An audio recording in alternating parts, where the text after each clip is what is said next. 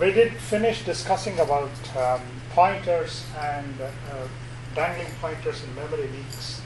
And I was talking to you about garbage collection. I think that's where we started. So the problem with pointer bugs is one, of course, you saw the issue with memory leaks. That is, when you assign a portion of the memory from the heap using dynamic memory management, and then you forget to release that memory.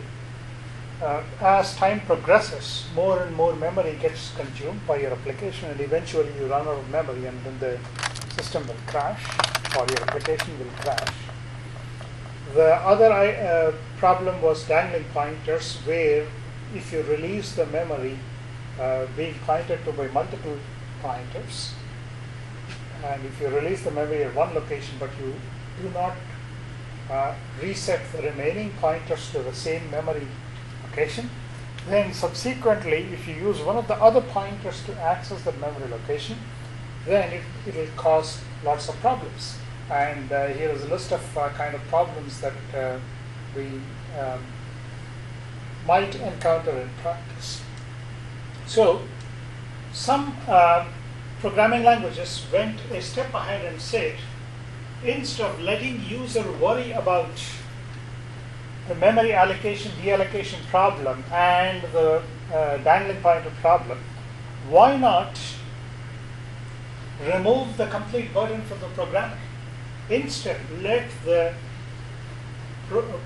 programming language itself have built-in features whereby you eliminate this problem as much as possible.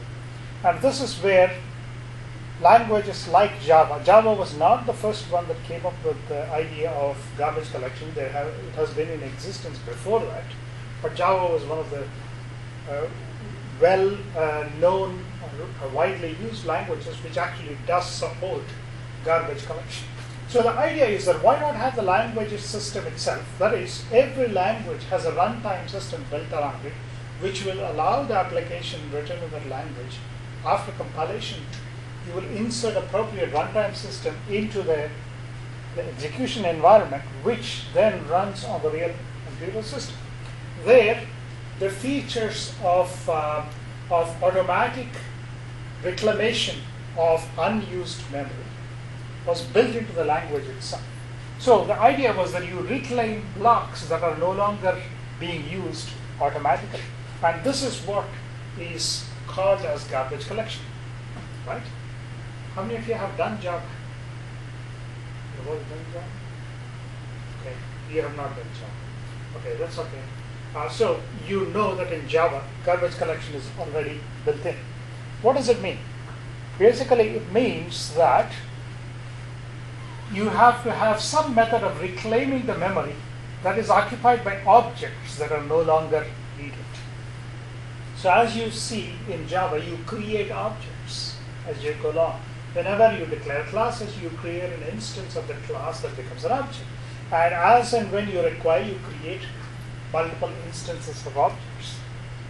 But then, when those objects are not needed anymore, you should be able to reclaim back the memory that has been allocated to the object automatically. In C or C++, you have to explicitly release the memory by calling either the delete or by calling the free in C or delete in C++. Okay. Now here, of course, there the idea was that the programmer explicitly knows when the programmer does not need that object anymore.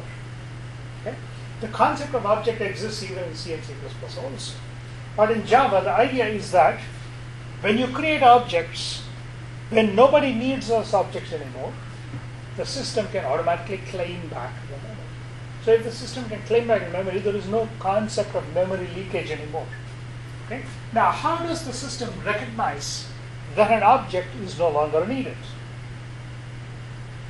Because in C and C++, you relied on the programmer to tell the system, saying, reclaim the memory.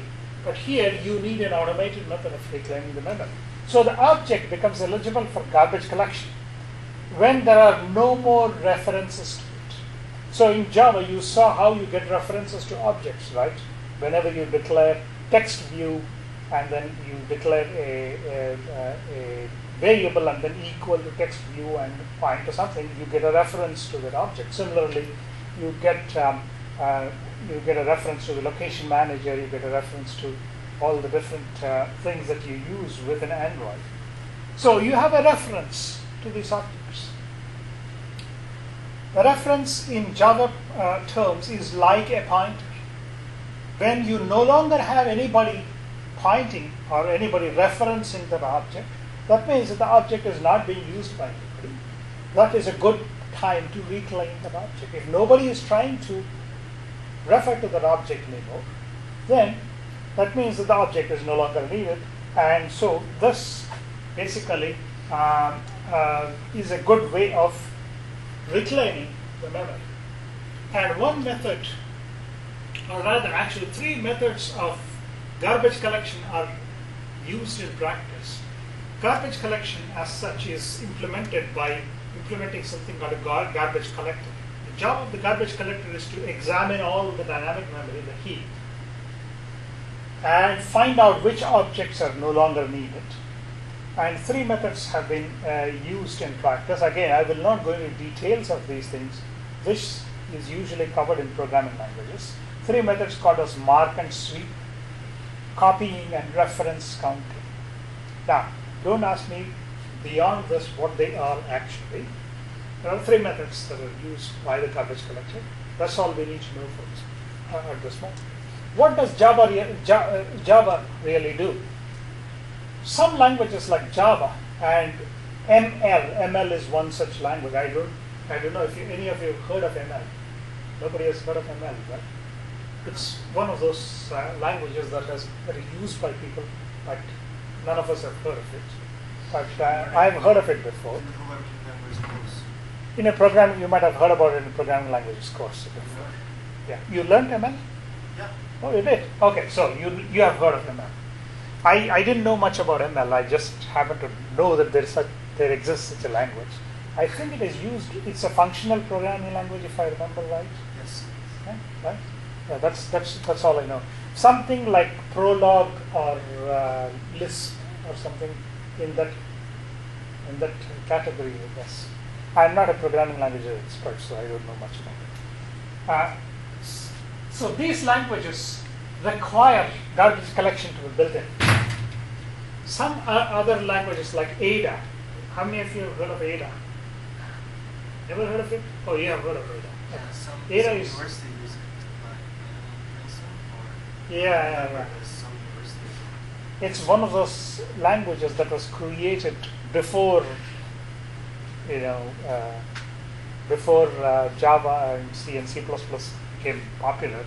It was one of those languages that was highly typed and strong and so on. I had written a couple of small programs in Ada a long time ago. It was created for a specific purpose. It was more meant for US defense related purposes. It was created with a specific purpose in mind. But Ada also had garbage collection built in. Some languages like C and C++, they don't have it. They don't have it.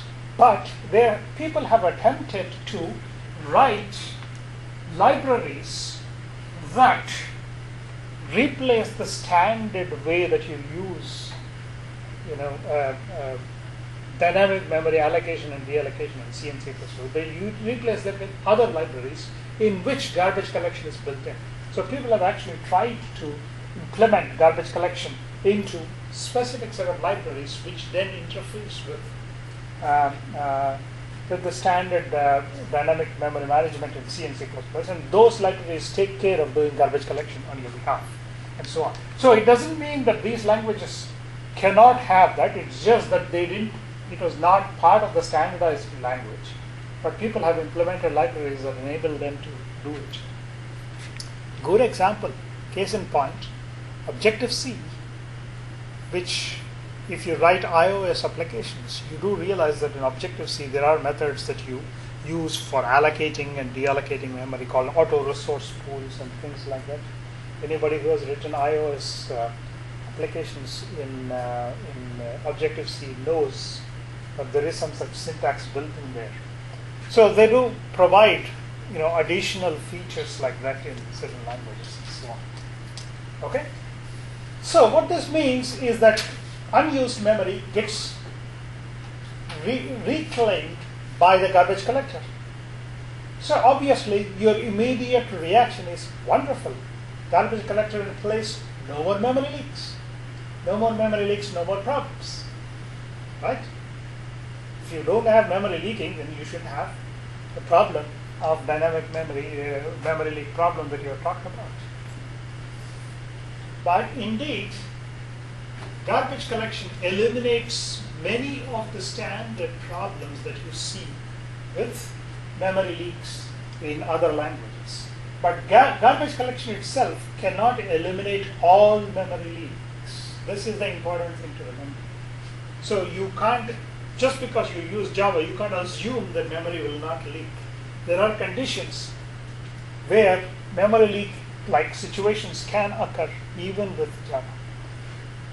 Now, obviously, the garbage collector relies on the fact that objects that have been allocated can be reclaimed if nobody is pointing to those objects. Okay? So the GC reclaims unused objects only if they have no references. That's the important point. But within your code, somewhere you might have a reference left over to that object in a situation where you don't realize that you have the reference left over. And just because you have that reference left over, the garbage collector cannot reclaim that memory. So that way, memory leakage can occur. As I will explain with some examples in Android itself, you will see that you can have situations like that.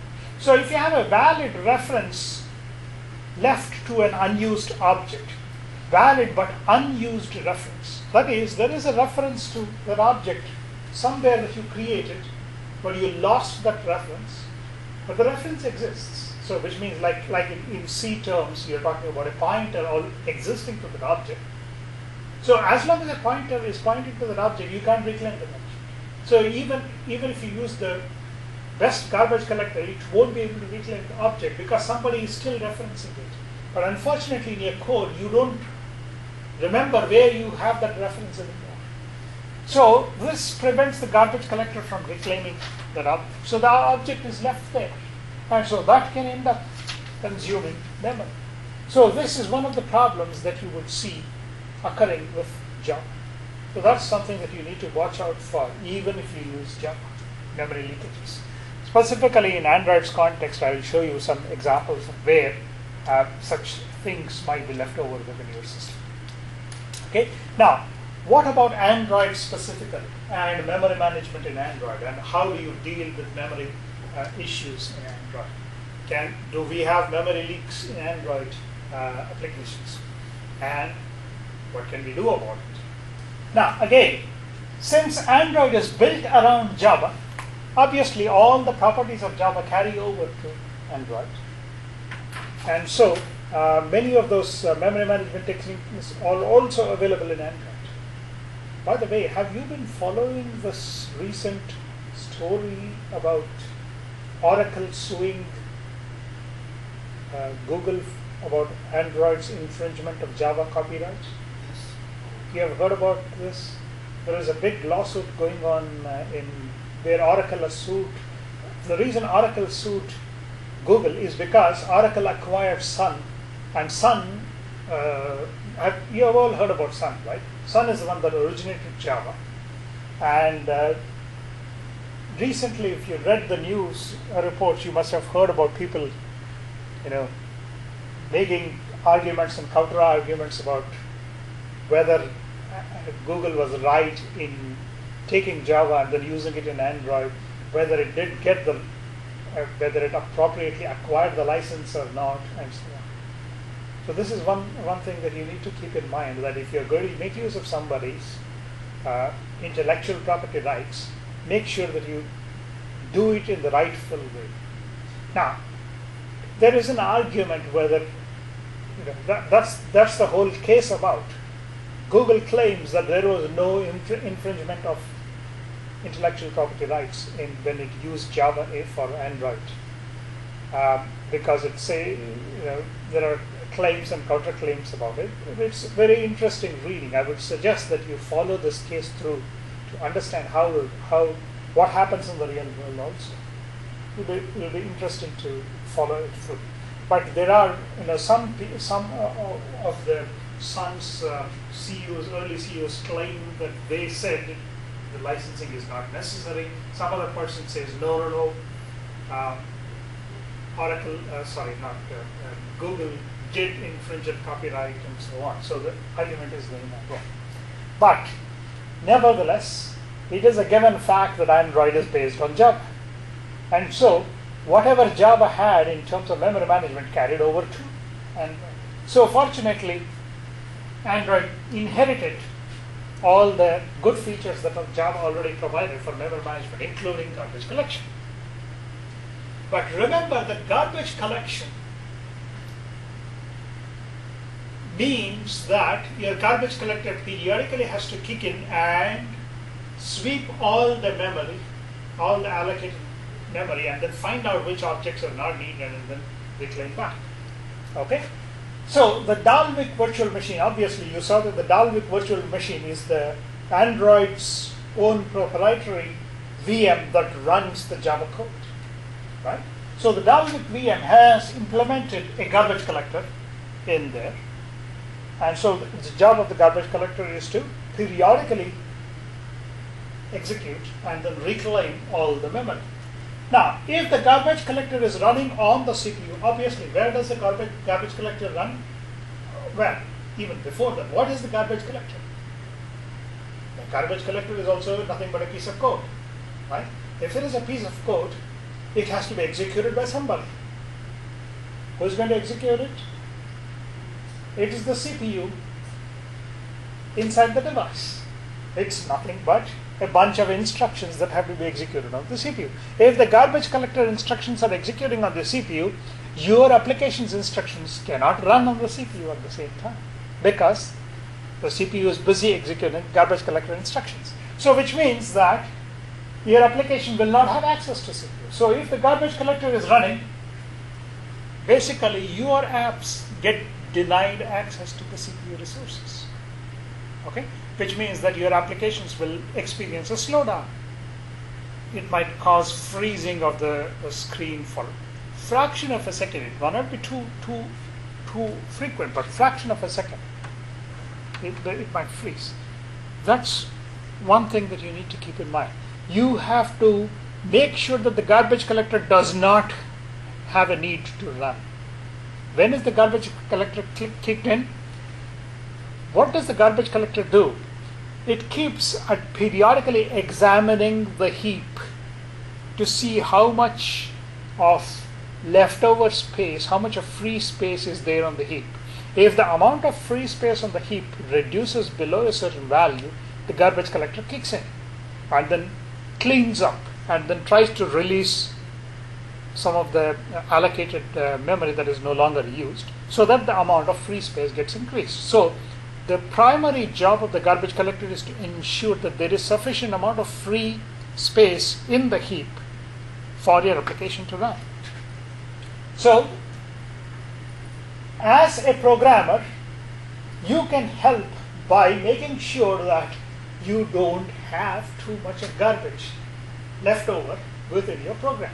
So try and not give a reason for the garbage collector to run frequently by trying to avoid garbage piling up as much as possible. That is, first and foremost, try not to create objects that you don't need. See, this is like the recycling mantra that you keep hearing from people. People say recycle, recycle, recycle. If you don't create it in the first place and use it, you don't need to recycle it, right? See, as you say, recycle all the papers that you print, all the paper that you use. If you don't use the paper, then there is no need to recycle it, right? Same thing, if you don't use the memory, if you don't need it, you don't have to worry about recycling the memory. So that's the primary thing. Try not to, what does the garbage collector do? It is recycling the memory. So try not to give the garbage collector a reason to come in and recycle memory. Now, how do you ensure that memory leaks do not happen in Android? Now, one of the places where you would see memory leaks happening in Android is that very often you will have references to context, right? Whenever you create anything, you need to pass this reference to a context. Right?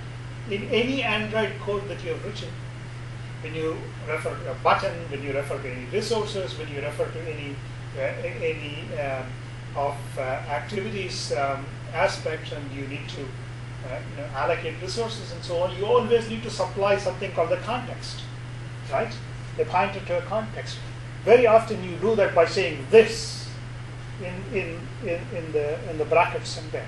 This basically refers to this activity's context, this application's context, and so on. So when you do that, you are passing a reference to a context to somebody. Context is used for many operations in Android, as you will see in an example like this. Okay?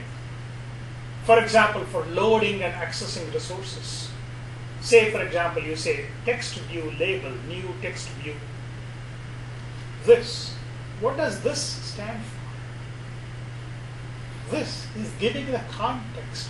You are declaring to the activity, this is probably part of an activity in which this is the onCreate lifecycle method where in there somewhere you are getting access to a text view that is part of the layout that is created on the activity. Again, this is not the complete code. I'm just showing you only parts of the code where you are referring to the context. So whenever you need to create a reference like this, you are supplying this thing. What does this mean? This means it is this activity. And when you supply this activity, you're supplying that activity's context. Context means you are at this position and you are informing the system saying, this is where I am, and these are all the resources that I have access to, and I can access all these things. So the Android's runtime system realizes where you are at this moment. So, and obviously in many situations you need to supply the context. So these views have reference to the entire activity, and consequently anything that the activity is holding on to. So when you create this basically is a reference to the context of the activity. And so, which means that if the activity context is stored in an object, every activity is an object, right? Because an activity is a class, you're subclassing that and then you're declaring that. So it's an object there. And so you get the entire view hierarchy and all its resources. In this case, if the context leaks, then it will cause a lot of memory to leak. Now we will see situations where such context leak can occur in practice. Now, an example would be, very often within your device you have to handle screen rotations, right? Now, whenever you do screen rotations on your device, you're basically destroying the activity that is displaying on the screen and then recreating the same activity in the other orientation. So if you, for example, if you're running an app and then you are looking at the app in the portrait mode, the activity would be controlling the screen. There is obviously one activity that is controlling what is going on the screen in the portrait mode. The moment you twist your device to landscape mode, that activity that was controlling the screen will get destroyed and recreated with the new orientation. The same activity will get recreated in the new orientation, but while preserving the state. How do you preserve state? Remember that you had this bundle on save instance state, on restore instance state. That's how you preserve the state. Okay? So, suppose, for example, if you are creating an activity, and then in that activity you are accessing a large bitmap to be displayed on the screen. You might have a large bitmap that you're displaying on the screen because you created a nice user interface where you needed a large bitmap. Now, you might create a reference to that bitmap like this, and then you might be setting up, say for example, you get a text view and then you are setting the background for the text view by using code like this. This is code way of modifying something on the screen. And so here you have this text view and then you are setting up this bitmap as the background of the text view. You know how to set backgrounds for text views, right? You have already seen how you can do gradients and so on for backgrounds of text views and so on using drawables. Here you are using a bitmap drawable in order to set the background of the text view. Okay? When you do that, you are obviously passing a reference for this drawable. You are passing a reference to the context of this particular activity where this is taking place. Now, this is fine. That's how you're supposed to do it. But what happens is that when the drawable is attached to the view is set as a callback to the drawable. Because every time you need to redraw the view, you need to call the drawable as a callback to that view. So, which means that the drawable has a reference to the text view. Okay? And the text view has a reference to the activities context. How does the text view have reference to the activities context? If you look at the code here, notice that the text view has a reference to the activities context there. That's how you're supposed to do it. And now here, this background has a reference to the text view. So by default, the background has a reference to the activities context through two levels of indirection. Okay? Now, if you destroy the activity and recreate, now the drawable, you want to load it only once because every time you need to load the large drawable into memory, it will occupy a lot of memory. So you may declare it such that the drawable is loaded only once into the memory. And then when you destroy the activity, you will also be destroying the context. And you will be destroying the activity, but then the drawable has a reference to the activities context, and so the object that was storing the activities context cannot be removed or cannot be reclaimed by the garbage collector because this reference exists.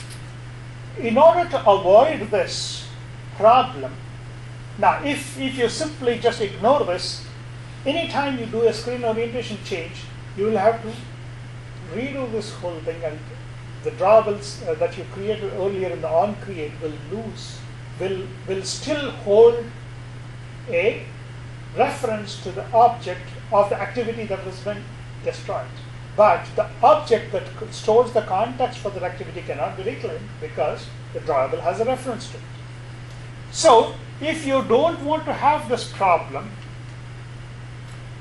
in Android, what you should be doing is you should be calling this function in the onDestroy lifecycle method of the activity.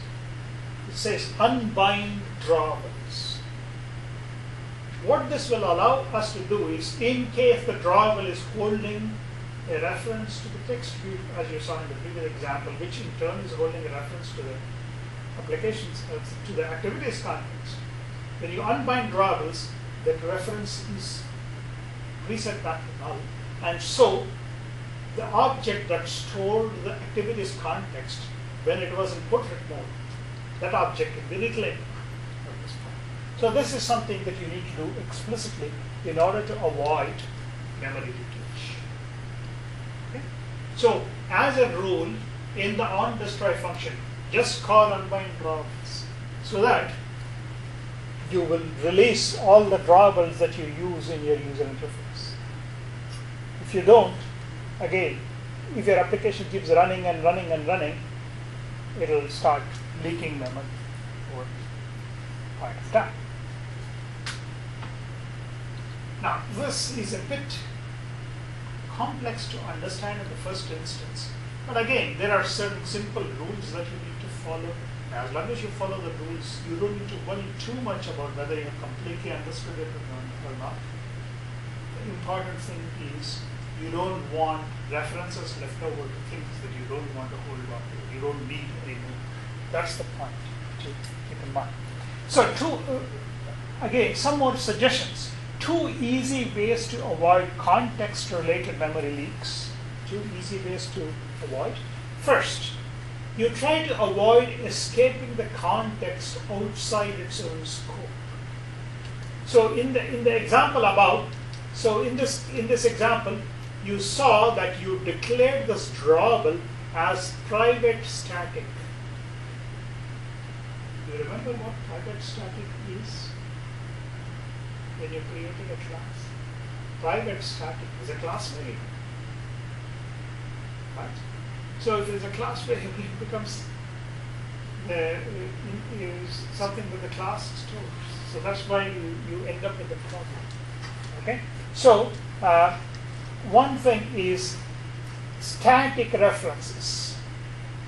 That is why you ended up with escaping the context out of the scope. The second one, inner classes and implicit reference to the outer class can also be dangerous. You know that when you have classes in Java, you can declare inner classes in Java inside a class, and the inner class may have a reference to the outer class. That is also a potentially dangerous location for memory leakages. Again, keep in mind. If you need to use context, there are places where you have to use the context.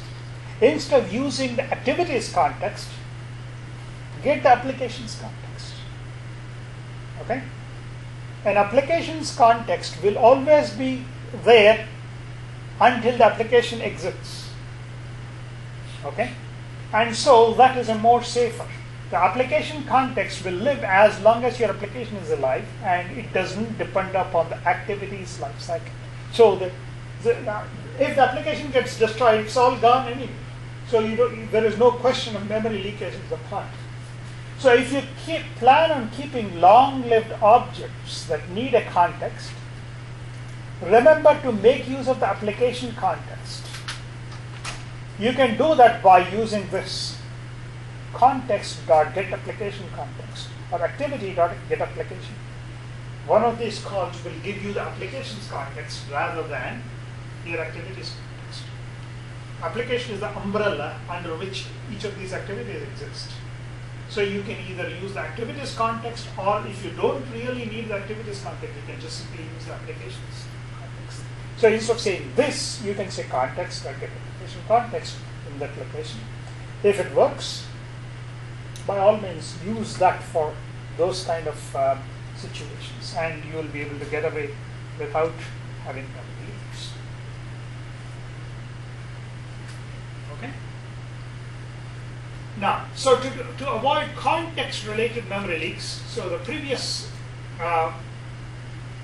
slide suggested 2 ways. Now, to avoid context-related memory leaks, again, do not try to keep long-lived references to a context activity.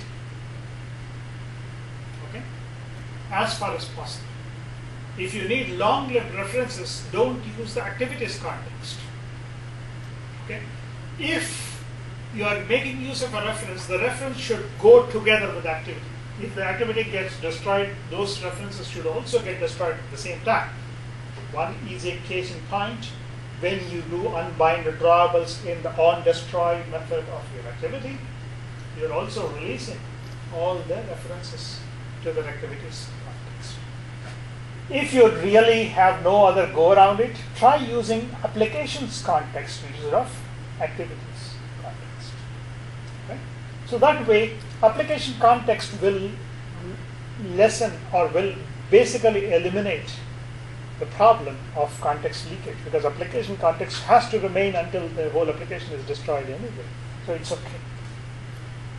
Third one, avoid non-static inner classes in an activity if you cannot control the lifecycle. Okay. Use a static inner class and make only a weak reference to the activity inside. Okay. Now there are some examples in the Android's tutorials where you have been given examples of how you can make use of this. Again, this is one way that you can avoid the second problem: inner classes and implicit reference to the outer classes. Okay. Again, in summary, just because Java and in turn Android's VM has the garbage collector built in, it doesn't mean that memory leaks are all gone. Memory leaks can occur in situations where you may not realize that they are going to occur in practice. Okay, that's the first lesson, set of lessons that I want to leave you. Okay. Now, in addition, from the start, if you try to take certain steps, you can avoid many of these problems. First and foremost, avoid creating unnecessary objects. That's the simplest thing. If you avoid creating unnecessary objects, your memory usage is also reduced. If your memory usage is also reduced, your application runs faster, and so on. Fewer objects automatically mean less frequent garbage collection. Less frequent garbage collection means the garbage collector does not have to be run very often, and so it won't interfere with your application's running. And so your application will tend to run faster, giving better user experience. Now, the worst time for a garbage collector to kick in is when you're playing a game on your device. Right at the moment you kick the football, like for example you implemented a football game, right at the moment you click the football, garbage collector comes in and then freezes the screen, and then you're playing a multiplayer game with an opponent. The opponent's side, the garbage collector does not kick in, and they are able to get away with doing things. Right? That's the point.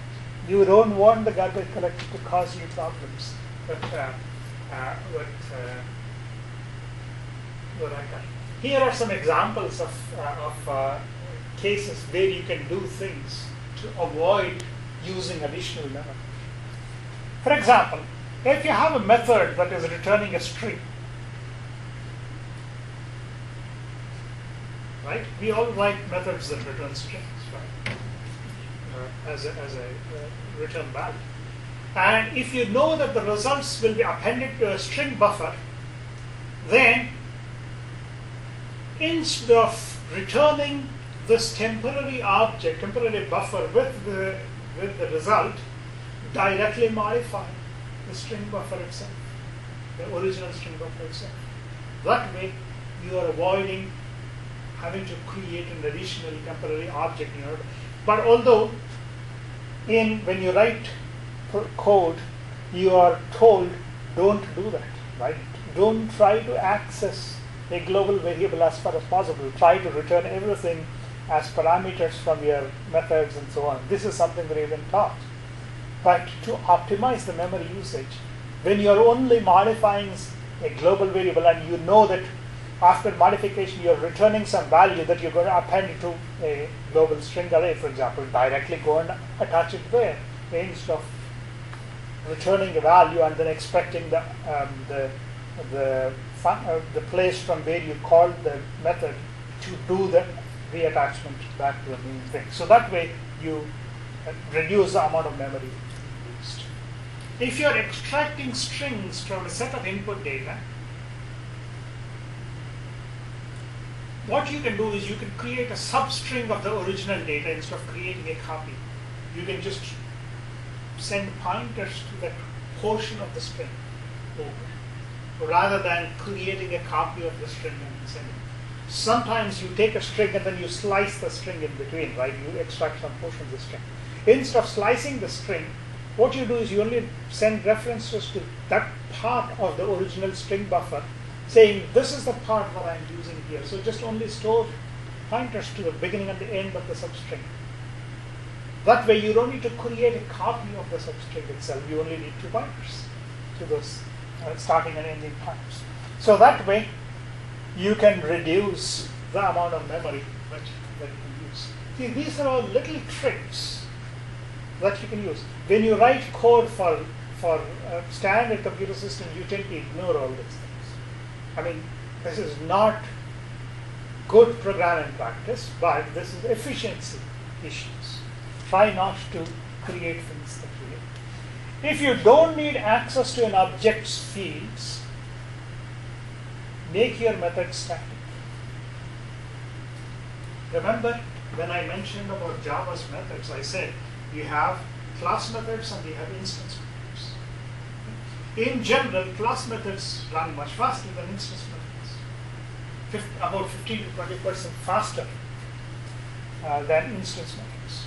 So if you are creating a method and the method does not need access to an object's fields, object's instance fields, then create the method as a class method, as a public static method. That way, the invocation of those methods run faster. That's one thing. Okay, it's also a good practice because you can tell from the method signature whether the calling method can or cannot alter the object's state. If you're doing some query of certain items, you can a lot more easily take care. Within a class, access fields of the class directly instead of using getters and setters. When you learned C++ in the object-oriented course, you have been told about get and set methods for every field that you use in an object, right? If you have variables, you are always asked to create get and set methods for fields, right? Within a class, when you have class, where you have instance variables to declare, you can use get and set methods. But if you use get and set methods, what happens? A get and a set method is a method invocation. A method invocation means you need to call a method, and which means that you need to create go to the execution stack, go into that method, and then come back and return that method. But by default, all the variables that you have within your class are already accessible inside your class. Right? So instead of doing this, like for example, if you need to, if you have a variable called mcount declared somewhere, and you need to get the value of mcount, normally you are asked to do something like this. This is a getter method that you implement in your class, and so this is clean code. Right? Because by looking at this code, you know exactly what you're doing. It says get count, which means that you're returning the actual value, and then the I is being initialized to the value. Okay? If you do this, what will happen? This will result in a call to this method, get count. A method call obviously incurs a lot more overhead, because if you do a method call, you need to create the execution stack to go into the method call, and then when you come back, you need to roll back the execution stack and then recover back and so on. A lot more expensive. If all that you're trying to do is get a value of a variable that you have in your class, what I should call as global variables, if you want to call them that, do that instead. This is not good programming practice, but this is efficient. For small devices, efficiency beats over good programming practice, as long as you know what you're doing. Okay? If you want to be clean, then do it this way. Direct field accesses are 3 times faster without a JIT, just-in-time compiler. And if you're using a JIT compiler, it is 7 times faster than using a JIT compiler. Okay? So you see the speed up that you're getting. And for small devices, speed up is more important. Optimization is more important than trying to be clean. If you are using constants within your class, if you're using constants, declare those as static final. Static final means that that's it. You're not going to change that value. If you do that, then what happens is that if you use this particular variable anywhere inside your code, the compiler will simply replace that variable with the actual value during the compilation process. And if you do that, execution of instructions with actual values supplied is faster than execution of instructions where you need to go and fetch an item from memory. If you have taken the architecture course, advanced architecture, computer architecture course, we would have told you about this in there. Because I taught the architecture course last semester, so I know that I have mentioned about this point. Okay? What happens? You have, I don't know if you recall, you have direct addressing, indirect addressing, constant value that you can supply inside the instruction itself. This, if you do this, this will be turned into a constant value that is supplied inside the instruction itself, so it won't incur an additional memory access there and so on. So all these things are methods that you can use to speed up your code. You can use this even with regular code that you write for standard computers also. Okay. Another point. Try to minimize the use of floating point. If you use floating point variables in your code, floating point operations are significantly slower compared to fixed point operations. Okay? So that's why try as far as possible not to use floating point in your code. Okay? Floating point operations are about 2 times slower than their integer counterparts in Android devices. So that's why if you do float and double, okay, you know that in C, C++, or Android, you have 2 different versions of floating point variables, float and double. Double takes twice the amount of space as float. Okay. Between them, there is not that much of performance hit there. Both of them takes equal amount of time. But between floating point and integer operations are a lot more faster. So if you need to use 23.5 and you know that you're always going to have 2 decimal places left over, just shift the value over to 2345 and then use that in your code. Just readjust your code. 2345 is an integer and you can deal with the integer a lot more easily than 23.45. So try to avoid using floating point numbers as much as possible within your code. Furthermore, most important, don't try to do divisions as far as possible. Divisions are a lot more expensive than multiplications. Right? Any division can be rewritten into a multiplication. So try to rewrite the code to do multiplication rather than division. Right? Nobody told you about these things when you learn C++. You always do slash and then write that code, right? Assuming that, okay, mathematics says that that's how you're supposed to write it, and so you will write it. A over B, right? So instead, if you can do 1 over B somewhere, you try to create a variable that is equivalent to 1 over B and then do the multiplication a lot more faster. Even better, if you can remove multiplications and turn them into additions, it will be even more faster. Multiplications are slower than additions. So, simple thing in point, don't use multiplications as far as possible. Don't use divisions at all as far as possible. Okay? Code will run faster. Okay? So when you go to work tomorrow and your boss comes around and says, you designed this program, this Android app, and then this damn thing is so slow on my device, look for these optimizations. You might be able to get away speeding up your program 2 to 3 times sometimes by just doing simple things. Now, instead of trying to fix the problem afterwards, try to do it in the first instance itself. While you're writing the program itself, keep these things in mind. Maybe make a list of all these things and put it on your notice board there. Avoid floating point. Don't do multiplications. Avoid divisions like the play.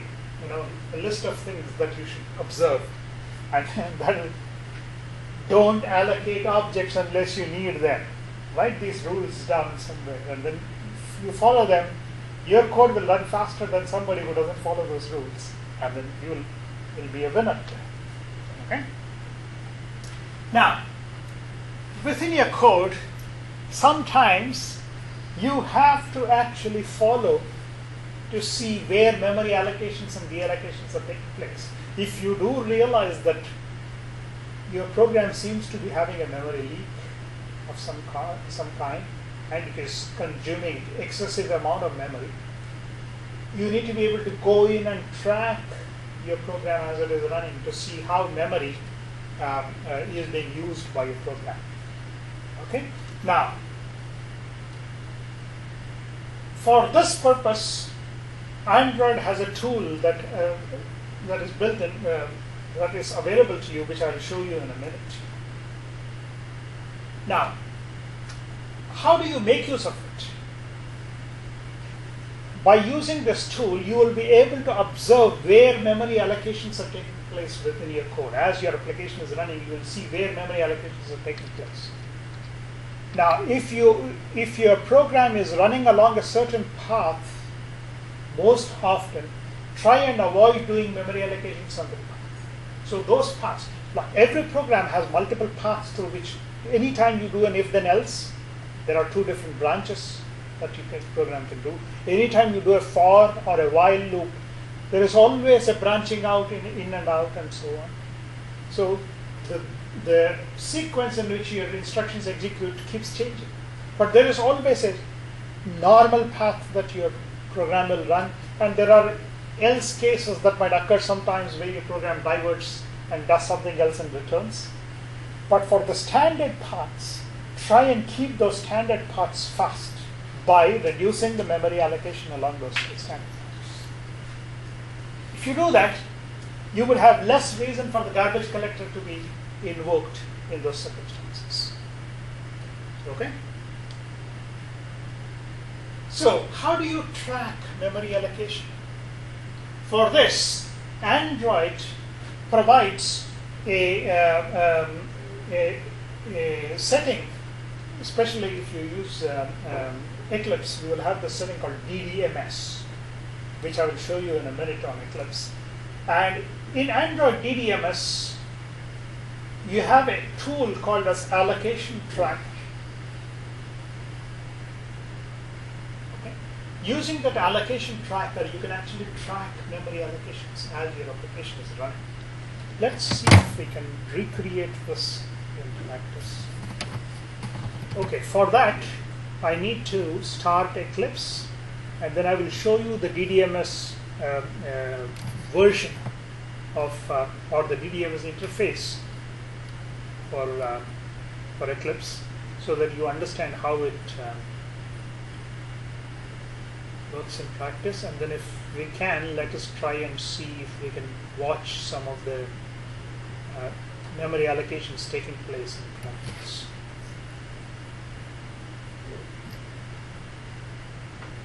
Okay.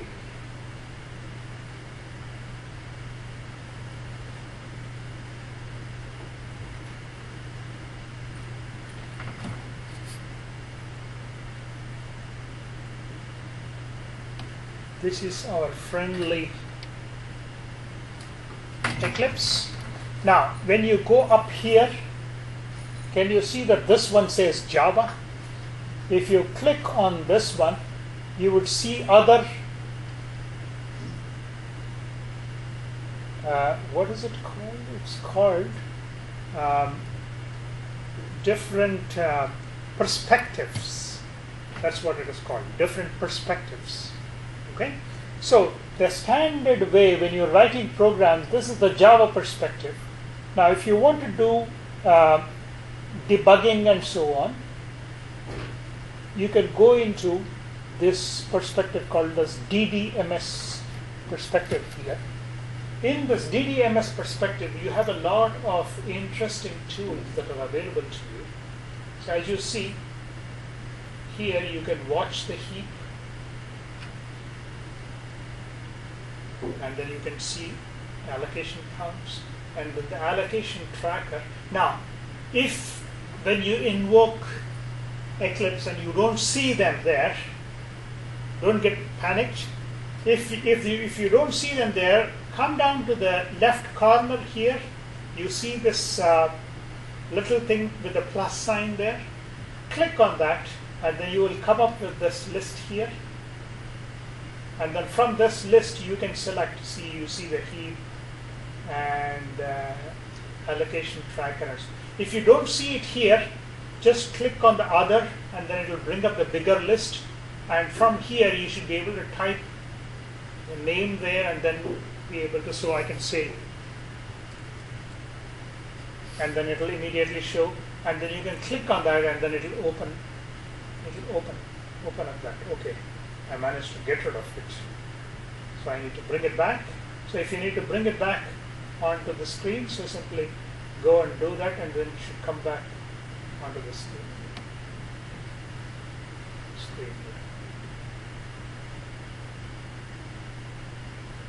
Okay. I probably would want to keep it here, so I will bring it in there. Let me see if we can watch allocations happening on one of the examples.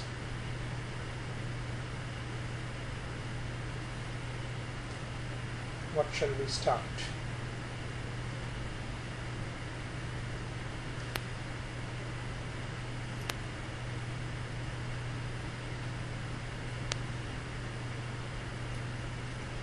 Oh, yeah. Let me show you this one.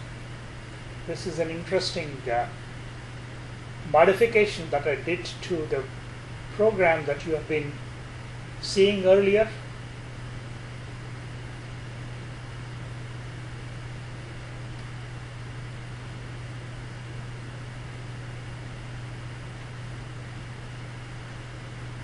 Okay, let me start the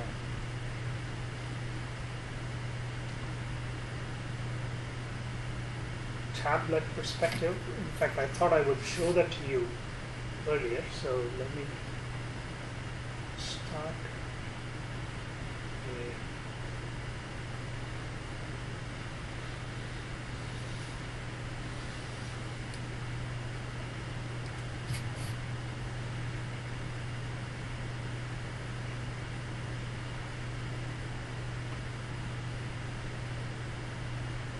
This is an emulator configuration which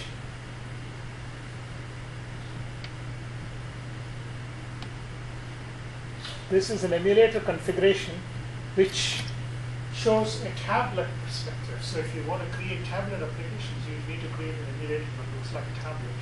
And this is an emulator that is configured to look like a tablet. Okay. So that you can test tablet versions of your applications and so on. So some time ago, I tried to rewrite your application that you have been seeing in the lab to run on a tablet.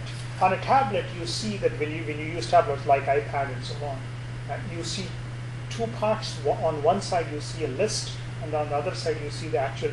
Like for example, in Mail tool, you will see a list of mails, and then you will see the actual mails there. But if you use a phone-like device, you will see a list, and then when you select it, will move to the specific message, and then you have to go back to the previous screen in order to see the complete list. With a tablet, because you have much larger space, your user interface can be laid out better, such that you can see both a selection menu as well as the actual selected item both on the same screen. So I thought maybe I will rewrite the application to be able to run on a tablet, the application that you've been seeing earlier. And for doing that in Android, we need to make use of something called a fragment. Okay? I don't teach about fragments specifically in this course, but a fragment is a way of if you want to view it, it will be like a sub-activity. You can take fragments and then compose them together into a bigger activity to use the screen and so on. So if you need to learn advanced Android, fragments are the next thing that you should be learning. They are not difficult to pick up, but they allow you to create nice user interfaces. And then you can create user interfaces that can automatically adapt to different screens. So if you install the same application on a phone, it will use one user interface. If you apply the same application on a tablet, it will use the other user interface and so on. So let's see. This is what a tablet should look like on the screen. If you have not seen an Android tablet, this is what an Android tablet will look like. The basic tablet. If you have seen one of the things in the market, then it's a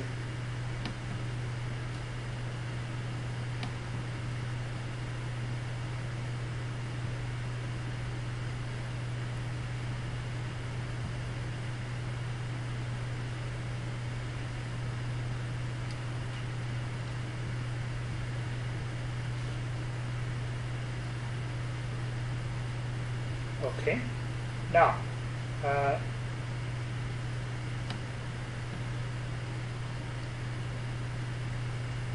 let's try to run this application on this tablet, and you will see the user interface is somewhat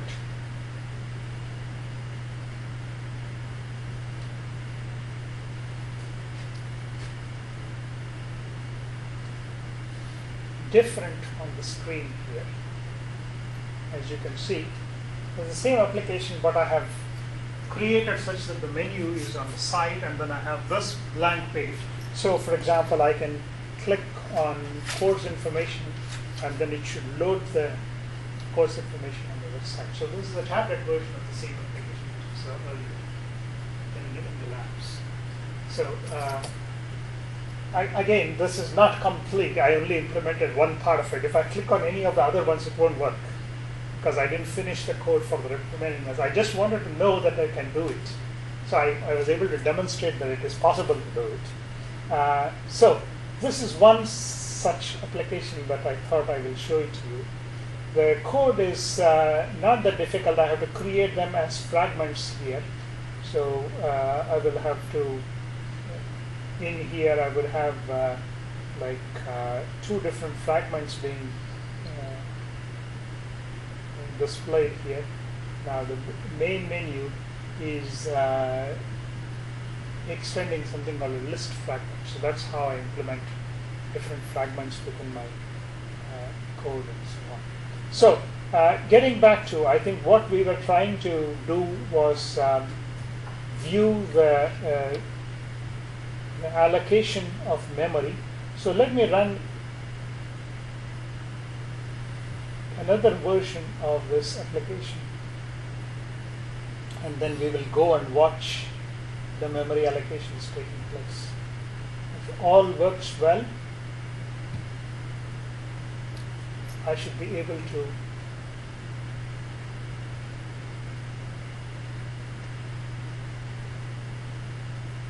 so if I run the standard application on a tablet, look what the screen looks like. This is not really that great to look at, but still works. Still works. So even if you create an application for the Android phone, it will still run on a tablet, only the user interface looks weird on the screen. So that is one thing. Let me see.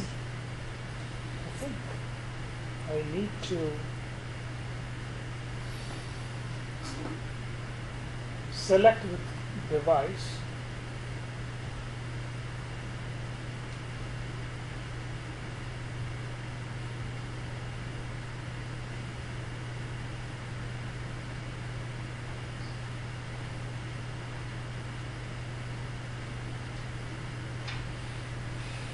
For some reason, today it doesn't want to cooperate. But basically that's the idea. I have to click on that and then it'll show me all the allocations that are taking place for that particular application there.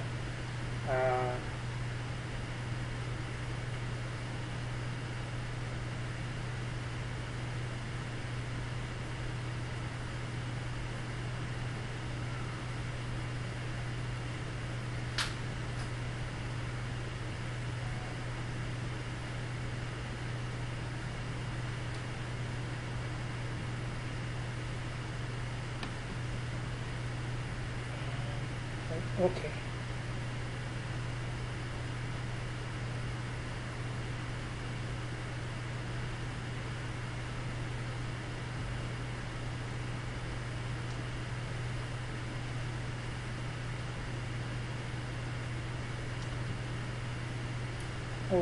Okay, now I understand. On your device, you need to select the specific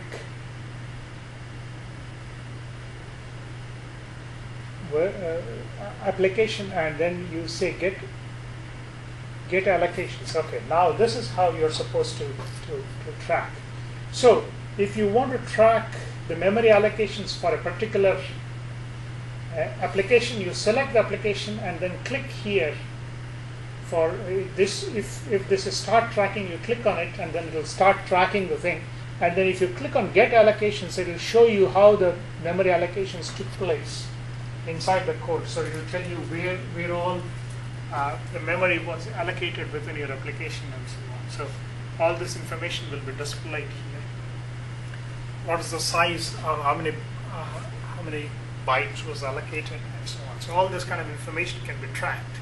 So from this you will be able to know where exactly this allocation took place. So in particular, for example, if you want to track that one, you'll be able to go in and see at which exact point you allocated the memory, and